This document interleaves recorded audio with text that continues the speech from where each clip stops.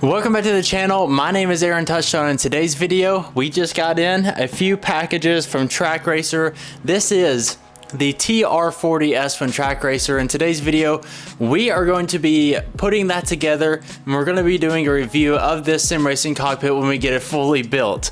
Now, with that being said, I am going to show you guys a few highlights of us building the cockpit, and also I'm super excited to see this seat because it is the biggest upgrade from the current cockpit that I currently am using, and that is the Murata sim racing cockpit. The weaknesses and why I'm honestly making this upgrade to the TR40S is because of the seat on the Murata sim racing cockpit, and there is a tiny bit of flex on the load cell pedals. So I am making this upgrade because honestly I think it's time. This is one of those cockpits where once you buy it, you don't really ever have to buy another cockpit again, and that is what I'm excited for. So basically what we're doing is kind of upgrading from the best budget to, yes, this is still Trak Racer's most budget friendly sim racing cockpit, but it is going to be slightly better. So I hope you guys enjoy this video. Make sure to check out Trak Racer. I left their link down in the description below, and let's get right into this build. I want to see this seat. That is the first thing we're about to unbox. Gotta be very careful not to cut the seat here. I'm gonna pull this thing straight out the side of the box. Oh my goodness, we have it. Holy moly. This is part of the reason why I wanted this in the first place, is for this seat. This is going to be sick. Bucket seat, are you kidding me? If you are thinking about getting a sim racing cockpit, maybe you're driving on a wheel stand right now and you're curious to know, is it actually that nice? Let me tell you, it is that nice. I cannot believe that we have a full bucket seat right here. This is crazy to me. Right now, the Murata sim racing cockpit is more of like a traditional car seat. And don't get me wrong, it's nice that you can slide it back and forth. But man, climbing in to an actual bucket seat. Okay, first impression. The seat itself, I mean, immediately feels more sturdy. And then I don't know what it is about having the actual bucket seat, but having it come around to like your peripheral vision is also very cool. How sturdy it is, and immediately this little butt rest that they have is much more comfy than the Murata's cockpit. And this is crazy. If you're trying to upgrade your sim racing cockpit and you're thinking, man, one day I'll have one of these things, keep working towards it, because it is going to be so sick when you get it, because I cannot believe I'm actually sitting here in a bucket seat. The bad news is we have to lock in and we have to build the sim racing cockpit before we can really sit in this and enjoy it. And that's probably gonna take 4 to 6 hours, but this is just my reaction of this bucket seat. Holy crap. It is so cool. Let's turn it to the side so y'all can see it. On the side, they have a nice little back end here as well. It looks like we can take out the plastic. A nice smooth back end. Not much to this at all. It's just a nice hard cover, which is quite nice, but man, this thing is sick. Just for some specs for you guys, if you're thinking, can my wheel hold this? Will it, have little flex? If I ended up buying this, just to let you know what I'm currently using on my sim setup, I have a SimMagic Alpha Evo, so that's the 12 Newton meter one. And then I also have the Moza CRP2 load cell pedals. I'll link both of those in the description below. Those are both very, very good equipment, and enough to make pretty much a weak sim rig flex quite a bit. And that is what we're trying to avoid. Here we are, a nice little update for you. We have everything unboxed. So now here comes the building process. Immediately doing a quick update for you. All of the TR40S, the entire instruction manual is online. So just a heads up there, if you are getting in your Trak Racer or your TR40S, make sure that you have your phone charged so you can at least be able to pull up the notes or have something where you can leave this up at all times. So I like to give updates as quickly as possible. If you are building this out, make sure that you also have a tape measure on hand. This one does not come with a tape measure like the Murata Sim Racing cockpit, but just make sure you have one of these on hand, because you do have to measure out which one, because you do not want to put one of these in the wrong places, because that means you have to uninstall potentially the entire rig. So just make sure you get everything right the first time. Don't skip any steps. It is finally complete, and my room is an absolute disaster. If you have ever built one of these, you will know that you are looking at, to get it fully kind of how you want it, you're probably looking at about 6 to, if you're not handy, 10 hours of work trying to dial things in. And I'm going to go over why it took so long, because it was probably borderline 8 to 10 hour mark for me, because I ran into a couple of issues. I want to talk about that, and then we're going to do a quick little lap around Long Beach and just kind of see how the base. I've drove 1 lap around Long Beach. The base is honestly not flexing much at all. I'm going to set up this camera right on the base here so you can see how much it's flexing during the drive.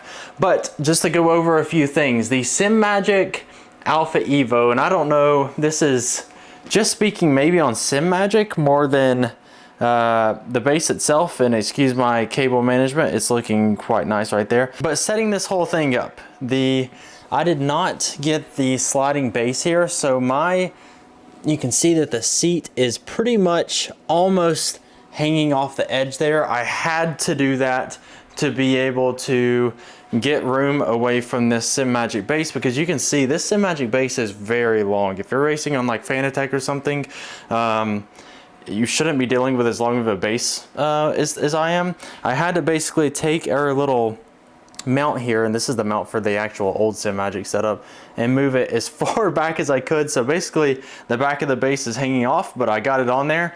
Same thing with the pedals down here.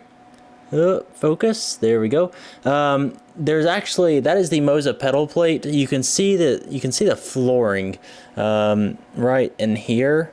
Ooh, my finger's I was trying to focus on my finger, but this whole empty spot, there's supposed to be another beam in there. However, the Moza CRP2 pedals didn't align with that at all. Ended up getting that to work, so just changed a few things, and then something that I guess is for gear shifters and stuff. I'm going to get rid of this. This is just an extra pole that is there. It's absolutely pointless for me at the moment, but I think it's for gear shifters. But I'm going to get rid of it so it's much easier to get into the cockpit. But overall, as far as the build process goes, it is still just putting together a sim rig takes a lot of time and a lot of effort. But let's get into driving. Let's try and enjoy this thing. I will say something that's quite a bit different is how high the steering wheel is. And we'll go over that once I get into the car. But let's do a couple laps. So here we are about to drive on Long Beach. We got the recording of the steering wheel behind us. Hopefully it doesn't lose focus, but we'll see. First impressions. Comparing this to the Murata Sim Racing cockpit, as this is the only thing that I can compare it to. My hands are way up here. That is the biggest difference. Typically my hands would be honestly probably in this area with my steering wheel, would be where my thumbs are at, I think.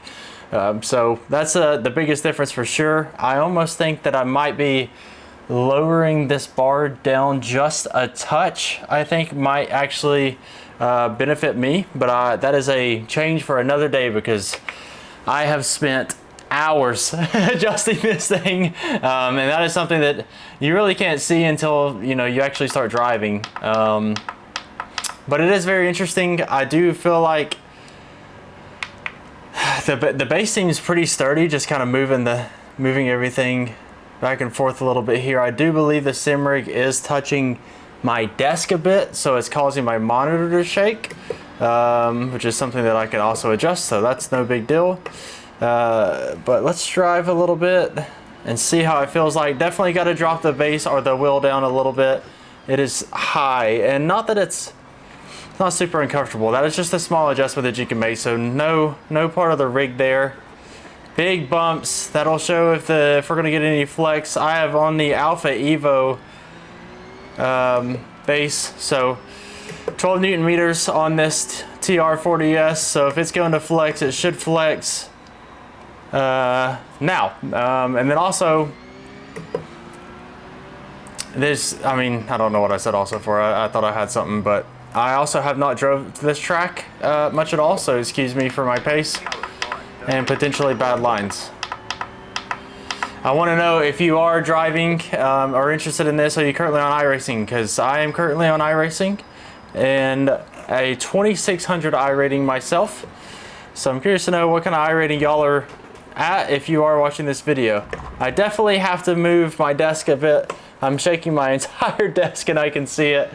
A little bit distracting because I just haven't seen that before with my whole cockpit, but I just got to move things around a little bit. But overall, everything feels pretty solid right now.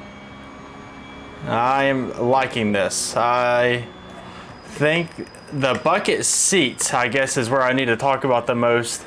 The bucket seat is interesting right now because I was previously in like a traditional car seat, I would say, is what the Murata has, and it's definitely more built for like comfort, relaxing.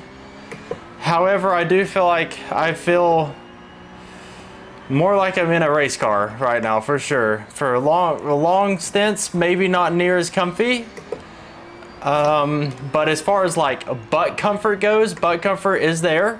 It's got a nice pad on the seat, which is very nice. And the seat also on the back of it looks very, very good. If I remember, I'll show you the back of the seat. It looks very, very nice. And honestly, I think it'd be cool to put like, I saw some people putting stickers and stuff on it before. So I think that'd be really cool to do at the end of the day. But we'll see. Golly, this Long Beach turn's kind of uncomfortable. I think, yeah, we'll definitely have to drop this down a bit, which is no problem at all. That's just gonna be adjusting a couple of screws, but overall everything feels really good. Everything feels really solid. I am on load cell pedals. Don't feel any pedal flex at all. So that is another benefit for sure. People have complained about the weakness of the middle part of this rig. Right now, once again, I mean, I'm not really feeling anything. And just to confirm, so you can see it in my black box on the right, make sure nobody's behind me. So y'all can see that I am running 12 Newton meters of force right now. You can see it in the bottom right there. So that is a positive. So whatever flex you're seeing, this is a full 12 Newton meters. So I think it's performing quite well as far as the actual rig goes. Not noticing much flex at all. If you're seeing movement, I really think that it might be the desk and the monitor more than anything. But man, this is really nice. I am really enjoying this. I'm gonna be doing a long-term review as well, just because, once again, this is literally the first 3 laps I've ever done in this sim rig, and obviously it's gonna take a lot of time to get used to. May as well just throw it for a little spin because it's the end of the session anyways. But here it is, the TR40S. I would say overall the building process could be a bit better. I think they could have labeled things a little bit better and just made some, there's a couple of things, like I was missing some bolts. Luckily I had some just kind of laying around. I've heard that if you are missing any, Trak Racer is very responsive, so they'll get those to you if you are missing any. Yeah, overall I would recommend it. I'm gonna put a link in the bio or a link in the description down below so you can check it out. And yeah, I hope y'all enjoyed. If you have any questions about the rig or anything like that, let me know down in the comments, and I hope you enjoyed this video. I'll see you in the next one.